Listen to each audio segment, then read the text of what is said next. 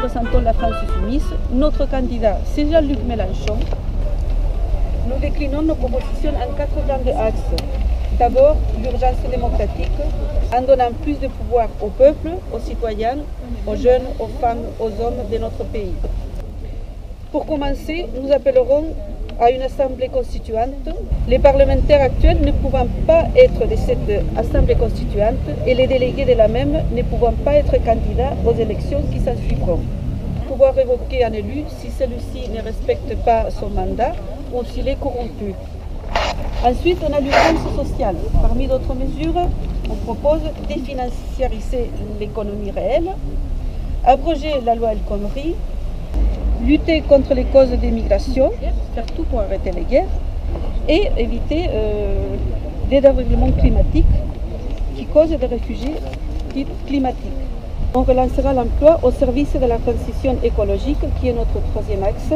Nous proposons la règle verte, c'est-à-dire ne pas prélever à la nature plus de ce qu'elle peut renouveler et ne pas produire plus de ce qu'elle peut en supporter. Nous proposons aussi une transition énergétique. D'ici à 2050, que les 100% des énergies soient renouvelables, avec une sortie du nucléaire. Nous proposons une agriculture écologique et paysanne, consommer autrement, produire de la qualité pour bien se nourrir. Et en finir évidemment avec l'agrobusiness. Voilà nos propositions. Et nous invitons les indécis de la gauche et les indécis tout court à voter pour le seul candidat qui est en mesure de faire gagner la France et de nous faire gagner tous. Voilà. Et nous vous invitons aussi à nous rejoindre au mouvement de la France Insoumise, au groupe d'appui. Voilà. Merci.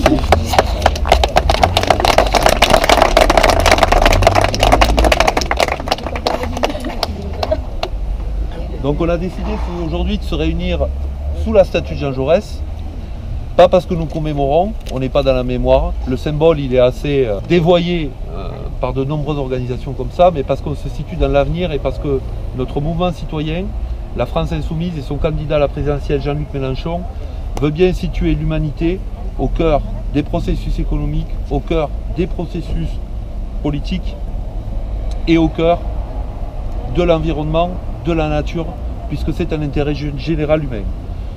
On est aussi sur la statue de Jaurès aujourd'hui parce que le mouvement France Insoumise jouit d'une formidable dynamique autour de son candidat Jean-Luc Mélenchon.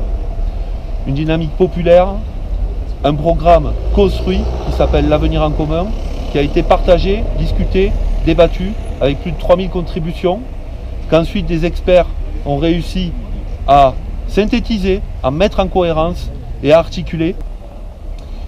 On est là aussi, dans cette dynamique-là, parce que c'est le Tarn. Et on a une interrogation, et c'est pour ça aussi qu'on est à Carmaux, parce que c'est une ville symbolique, mais on peut citer aussi Groyer, on pourrait même citer Mazamet, d'un énorme gâchis. Il a fallu 15 ans pour abattre le Tarn. 15-20 ans, maximum. Dans les années 70, dans les années 80, en liquidant toute son industrie et en restructurant toute son agriculture.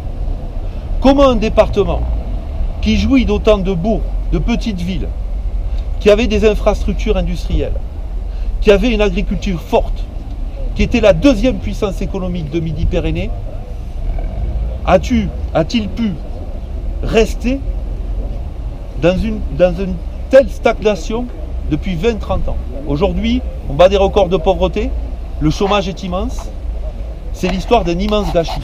Ce gâchis, il n'est pas naturel, il a été décidé.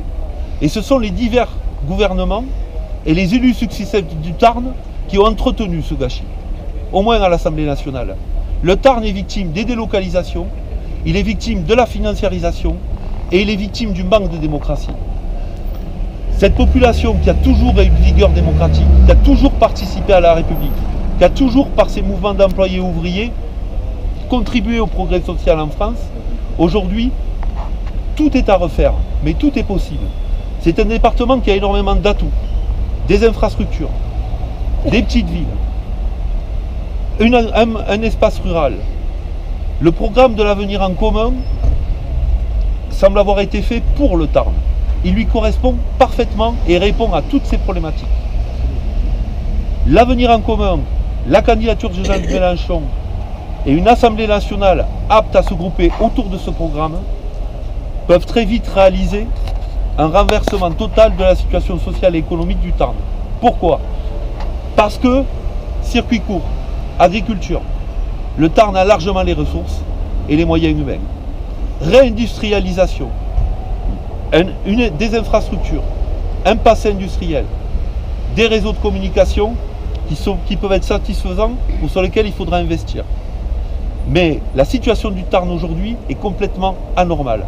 C'est un département qui, avec une volonté nationale, un programme cohérent qui permet l'investissement bancaire par un pôle public bancaire, qui permet une réimplantation de services publics.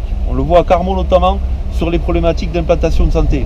Le Tarn, contrairement à ce qu'on nous dit, est en sous-structure au niveau des services publics. Il n'est pas en surstructure. C'est-à-dire qu'il y a des capacités d'investir. On a des capacités créatives, on a des capacités d'audace.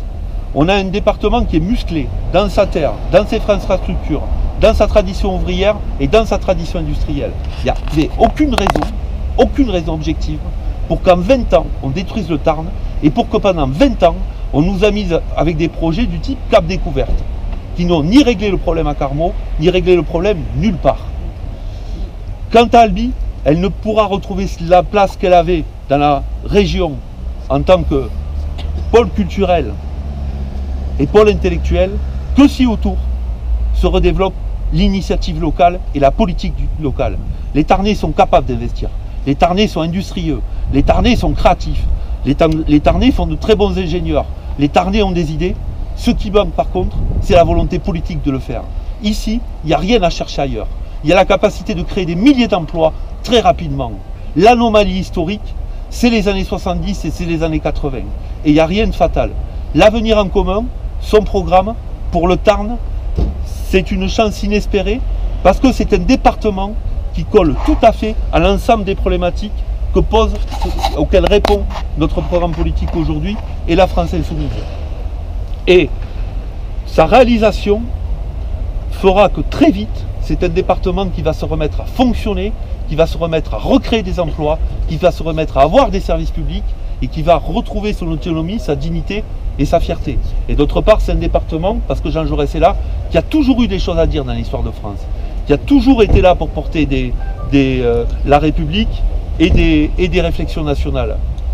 Jaurès, chez Mélenchon, c'est pas mort. Il y a un indirect entre lui et notre candidat. Les autres, c'est du pipeau, il siffle. Lui, c'est l'esprit, il le connaît, et quand on en parle, ne serait-ce que sur notre politique internationale, c'est ça qui nous inspire. Il y a bien un lien entre le Tarn et Jean-Luc Mélenchon, et aujourd'hui la Circo 2 du Tarn, elle est importante, parce que symboliquement, c'est celle-là. C'est celle qui peut remettre le Tarn sur pied, économiquement, socialement, écologiquement et politiquement. Voilà. Vos Tarn, c'est jamais...